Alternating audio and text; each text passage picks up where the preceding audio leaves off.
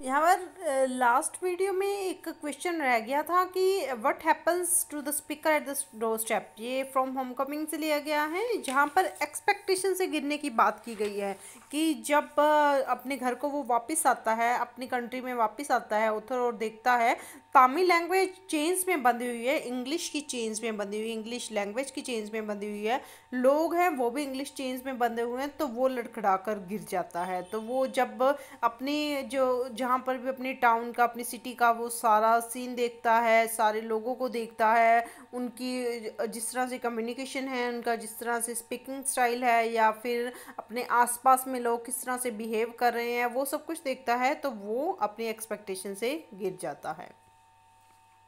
Next, do you think the कंजरा revenge was successful? You can say yes, Conjurer Revenge was successful. The quick man sitting in the audience is the main source of humor in the story. He considers himself as the smartest person. He tries to belittle and the conjurer has taken revenge from him. He has spoiled his gold watch, punches holes in the handkerchief, silk hat, burns his collar, and smashes his spectacles. He crushes almost everything that belongs to Quickman. This was done with the Quickman's permission, so it produces a great humor, and this was the revenge of the conjurer. तो इस तरह से आप अपना ये answer frame कर सकते हो कि उसने सारा क्विकमैन का जो चीज़ें हैं वो ख़राब कर दी, जिससे उससे अपना रिवेंज, अपना बदला ले लिया। इस क्वेश्चन में आपको एक लाइन को जस्टिफाई करना है कि writing is 99% hard work and 1% inspiration. Page number 70 पे है आपकी बुक्स में, कि वो कह रहे हैं कि ऐसा कई लोग सोचते होंगे कि शायद मुझे कहीं से कुछ इंस्पिरेशन, इंसाइट्स आई, कुछ अंदर से कुछ जागा और मैंने लिख दिया, लेकिन जब तक आप प्रैक्टिस नहीं करोगे, ये ऑथर की व्यूज़ है, हमारे नहीं है, कि जब तक आप प्रैक्टिस करोगे नहीं करोगे अच्छे से, तब तक आप नहीं लिख सकते हो। चाहे वो आपके अंदर कितनी भी इंस्पिरेशन हो, कितनी भी अंदर से आप सोच रहे हो, आग लगी हो, कितना ही अंदर से जोश भरा हो कि आप लिखना चाहते हो, लेकिन जब तक आप प्रैक्टिस नहीं करोगे, अवेयरनेस नहीं बढ़ाओगे, जब तक आप सोचोगे नहीं कि कैसे लिखना है वगैरह, कि चाहे बहुत फेमस राइटर्स भी हुए हैं, लेकिन उनमें भी इंस्पिरेशन रेयर थी, बहुत कम थी, लेकिन हार्डवर्क बहुत ज़्यादा था। इसलिए वो चाहते हैं कि जितना ज़्यादा हो सकता है अपने आप, अपनी जो हैबिट है कल्टीवेट करो, इसको डिसिप्लिन, अपने आप को डिसिप्लिन हैबिट बनाने के लिए उसको मोटिवेट करो, उसको इंस्पायर करो। जितना ज़्यादा आप इसको इंस्पायर करते जाओगे, जितना ज़्यादा मोटिवेट करते जाओगे रेगुलरली प्रैक्टिस करने की, उतना ज़्यादा आप अपनी राइटिंग को अच्छा कर सकते हो। नेक्स्ट क्वेश्चन है, appalling condition I have a dream से लिया गया। Appalling condition means severely shocking, जो कि बहुत ज़्यादा हैरानी करने वाली, बहुत जिससे हमें शौक लगता है, झटका लगता है। देखिए किस तरह की does speaker dramatize in the essay, किस तरह की वो अपेलिंग कंडीशन की बात कर रहे हैं कि वो, जैसे मैंने पहले भी बताया कि 100 साल हो चुके हैं लिंकन के वो इमेंसिपेशन प्रोक्लेमेशन को, लेकिन अभी तक उनको वाइट्स की इक्वल कोई राइट्स नहीं मिले हैं। अभी भी वो बहुत पॉवर्टी में जी रहे हैं, अभी भी इतना कुछ है अमेरिका में, मटेरियल प्रोस्पेरिटी है, इतनी उन्नति कर रहा है, लेकिन उसमें से कुछ भी जो है निग्रोस को नहीं मिलता, ब्लैक्स को नहीं मिलता। They are just living in languished corners of American society, means दीन अवस्था में रह रहे हैं किसी कॉर्नर में अमेरिकन सोसाइटी में, और वो finds himself an exile in his own land. अपनी ही ज़मीन पर उन्हें ऐसा लगता है जैसे वनवास में हम आ गए हैं, ये हमारी जगह नहीं है। तो इसी को वो ड्रामेटाइज करता है। तो इसी कंडीशन को वो ड्रामेटाइज करने में, एक ड्रामा की फॉर्म देने में, एक नाटक की फॉर्म देने में वो आज सभी वहाँ पर इकट्ठा हुए हैं। तो इस कंडीशन की बात की जा रही है, जो कि इतने सालों के बाद भी उनको इक्वल राइट्स नहीं मिले हैं। तो फ्रेंड्स, ये जो आपका पैराग्राफ है कोविड-19 के ऊपर, ये बार बार आ रहा है, तो इसको आपने बहुत अच्छे से करके जाना है कि इसका क्या इम्पैक्ट पड़ा, क्या किस तरह की कंडीशन थी, क्या होता है कोविड-19, कैसा, इससे क्या करना चाहिए, इससे बचने के लिए क्या, इससे कौन सी चीज़ों से ये फैलता है, सब कुछ आप एक ऐसे में लिख सकते हो। ये आपको काफ़ी जगह से मिल सकता है, तो ये आपने ज़रूर करके जाना है। नेक्स्ट, डू नॉट स्ट्राइव, ये जो पैराग्राफ है, principles of good writing written by L A. हिल।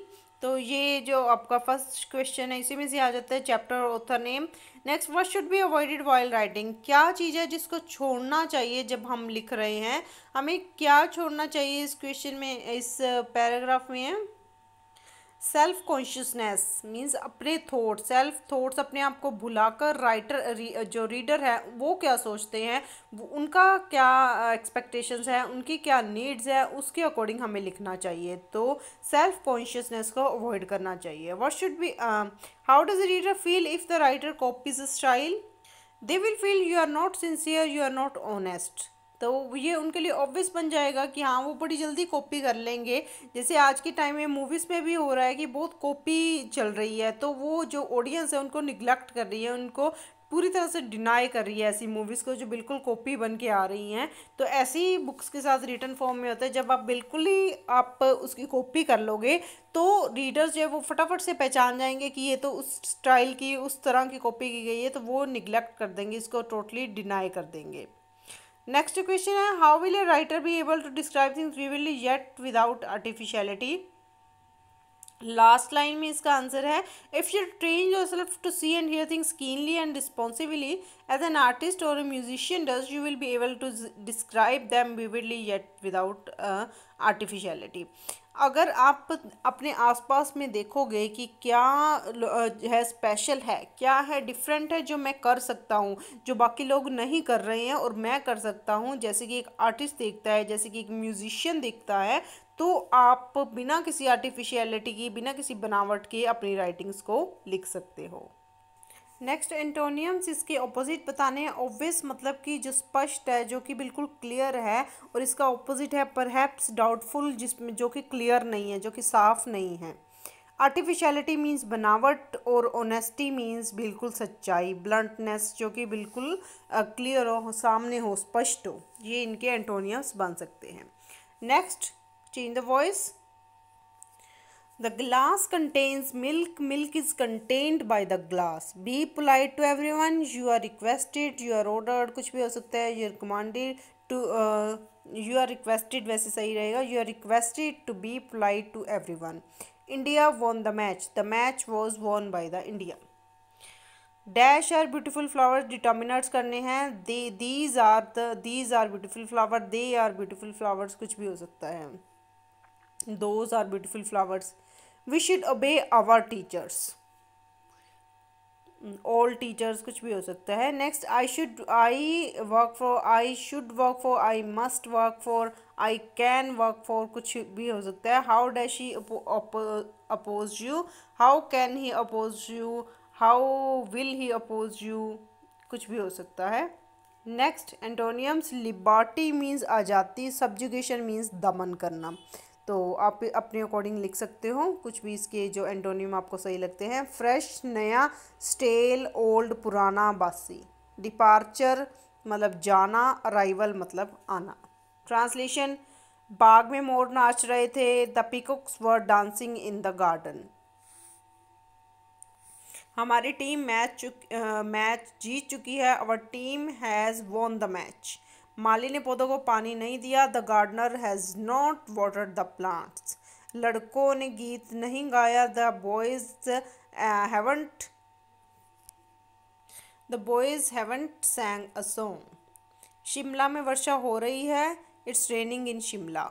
मैं गीत गाता हूँ. I sings the song. So friends, यहीं पर ये ख़त्म होता है. अगर आपको मेरी ये सीरीज़ पसंद आ रही हो तो प्लीज़ इसे लाइक शेयर कीजिए. जितना ज़्यादा हो सकता है मैं आपकी हेल्प करने की ट्राई करूँगी. आप भी मेरी वीडियोस को शेयर कीजिए. मेरे इंग्लिश प्रोग्रेस चैनल को सब्सक्राइब कीजिए और शेयर कीजिए. मैं आगे भी आपको और सिलेबस की रिगार्डिंग वीडियोज़ देती रहूँगी और आपकी हेल्प करती रहूँगी. Thank you so much.